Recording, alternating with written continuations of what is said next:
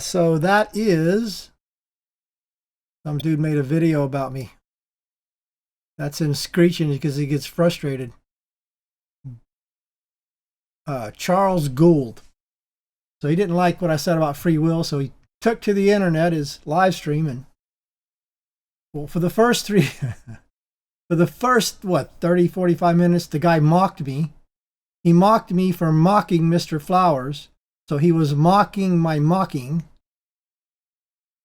Now, I don't have time for long videos. I'm just going to pick out, the parts that I think are important. He asked me to answer something, so I'm going to answer it. But yeah, he spent most of the time just mocking and looking up stuff. So we're talking about Colossians 2:20, which talks about the faith, the baptism, being risen with Christ, and that it's all a work of God, which he finally admits in the video, but he didn't like it. And so he's asking the question here. Now, Aletheia is trying to claim it's Jesus. That's right. Now, I'm going to show you that. But let's keep listening to the video and see if he provides any evidence for that. Okay. I'll show you some evidence for that. But first, let me show you that you don't know what you're talking about. We get to this word energes, and it's where the root of it is from the Greek word ergon, which is we get our word energy. And so he said it didn't mean energy. Watch this. Oh, yes, in English it has devolved into the word energy, but that's not what it meant in Greek 2,000 years ago. Now, he said that, and then as he gets into his little program here, which, by the way, he wants a King James interlinear, which you should get, not this one. I don't know if this costs money or not, but, spend money and get a King James interlinear. So then he goes on to look up the word, and this happens. Feminine noun from energes, at work, Energy. operative or active, energy. So he's still wanting to define it as energy. I think that's confusing. So then he first accused me. He first said, well, it doesn't mean that. I don't know Greek. It doesn't mean that. And then he looked up the word and it meant energy, but he didn't like it, which is that's how he operates. He doesn't like it. So, well, it could just mean something different, because, you don't like it. And then he's asking me about the first part of the verse here, or where it talks about Jesus, we're buried with Jesus in baptism, and he's asking me how I understand it, and then he makes this comment. Is that how you were understanding it, Aletheia? Or am I right that you don't know Greek? So then after he accuses me of not knowing Greek, he doesn't know what an accusative is. He's trying to look up the Greek word there, and he doesn't know what an accusative is. And so he confuses, that we were raised with Jesus being raised. Watch this. To receive the direct object, used to receive the direct object of a transitive verb. What's an example of an accusative? I'm going to hit your face. Face is the end. So the resurrection of us. So the resurrection of him from the dead. Actually, one more thing I need to check. So here he doubles down on it. Is that him singular? Yes. Of each of us as individuals are resurrected. That's the him. So he's referring to Jesus being the him, singular, masculine singular, and he thinks it's us as individuals. After the operation. Oh yes, raised him from the dead. Who hath raised him from the dead? God has resurrected us. We're the object of that action. So we're raised with him, but that pronoun him was Jesus, man, not us. So I mean, even when you say, I don't know Greek, and even when you're looking it up in your program, the Greek, you still miss it. All right. And then let's get to it. Oh, it doesn't say through your faith. Well, whose faith is it? Okay, so there's your question, buddy. After all the rambling, after all the mistakes and the fumbling around, and at first you're all mocking me. Then when I started reading Greek, you calmed down. All right, so there's your, whose faith is it? That's the question. All right, so I'm going to answer that. All right, so this guy's asking me how I'm getting that the faith is Jesus. Here's how I get it. Right, so you come here. Okay, first of all, man, I could talk for like days. I don't have time. You ask me where I'm getting, I'm going to give you the short answer. Okay, it's the short answer. And here it is. So you come here. There's one Lord, one faith, one baptism. Heis, kurios, mia. This word mia is the same word as heis. It's just in a feminine form. And hain, same word again, one, baptisma. Okay?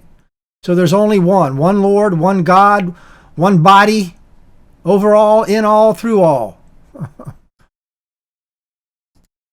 Now, okay. One baptism. Now, but you in your video, you said there's two. What? No, there's one. It says one. Now, the other baptism is a proselyte baptism. It's a water ritual. It was a Jewish Pharisee water ritual. It came out of the Jews washing in their ceremony of their sacrifices. And when the Jews went into captivity, there's a thing called the halakha and the Haggadah. These are the Pharisees, and the synagogues began in Babylon. That's not Israel. That began in Babylon, and on all the halakha, Haggadah, which became the Midrash, the Talmud, Mishnah, all that stuff came out of halakha from the Pharisees. They twisted everything, and that's how they got this water ritual baptism, that they were proselyting people. That's the baptism Jesus got baptized in. He said, let us fulfill all righteousness. I meant the righteousness of the Pharisees, because they didn't know he was the king from Judah. Okay, they thought he was Jesus of Nazareth. He wasn't Jesus. They said he was Jesus of Nazareth. He wasn't Jesus of Nazareth. Okay, he was Jesus of Judah. The king comes out of Judah. And so, but they didn't know it. And they weren't going to listen to him unless he got their proselyte baptism. Okay, that's the other baptism. That's not the one that achieves faith. It's this baptism, the only one. Okay, so now, and one faith. So what's the faith? It's Jesus. I'll show you.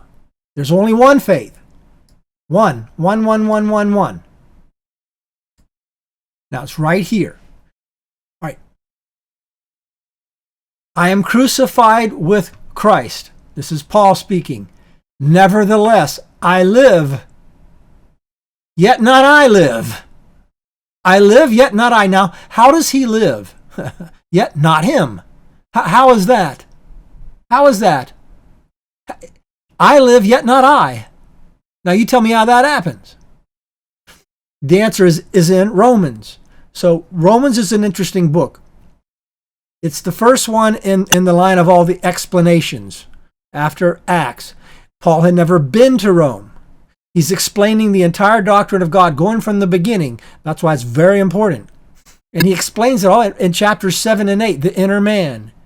He's living by Christ. It's not him. It's Christ that he lives by. It's not his life that he's living. It's Christ is living his life. When God looks at the man, the child, he doesn't see the man because he would see a wretched sinner. He sees Christ. That's how That's how the child is justified, by the righteousness of Christ. So I live, yet not I, but Christ live in me, the inner man. There it is, right there. That's Romans chapter 7 and 8, the whole thing. It goes in detail about it and what it is and how you get it. And the life which I live, which I now live, that's not his. I live in the flesh. I live by faith of the Son of God. I live by the faith of the Son of God, who loved me and gave himself for me. That's the faith he lives by. That's whose faith it is. The faith of the Son of God that lives in him as the inner man. Now, don't think for a second, buddy, that I didn't look up every time the Bible says your faith, because I did. Now, I'm not going to go through it. It was a while ago, but if I recall, it was like 33 times or something. Only 2 or 3 don't have the definite article. But almost all of them do. And in Greek, it's the faith you. And that you is a possessive, genitive. You possess the faith. You possess this faith, the faith of Jesus Christ. That's yours, yet not yours. You get it? It's yours, yet not. You live by that faith. It's yours, but it's not yours. You possess it. And God sees that one. He sees Jesus, not you, because you're worthless. It's like I'm worthless. If God looked at me and you, it would be less than nothing. Nothing. That's how it's not your faith. It's the faith of the Son of God, the faith of Jesus Christ that we live by. I live, yet not I. Hello? But Christ that liveth in me, the inner man, the inward man in chapter 7 and in chapter 8, that makes alive. Zou poeo. Zou poeo. Zoo is where we get live animals. Poeo means to make. Make alive. That's what the inner man does. He makes alive, and you live by his faith. That's how I can say my faith, but not mine. I live, yet not I. The life I live in the flesh. I live by the faith of Jesus Christ. That's whose faith it is. There's only one, and that's the faith of Jesus Christ. It's not your faith. If there's only one football, it can't be everybody's football. You have to possess that football. And you can call it yours. Because God looks beyond you and he sees Jesus. And he calls it yours. That's the grace. That's what's amazing about it. That's why they call it amazing grace. Because it's not you. It's never you. And it's never me. Get it?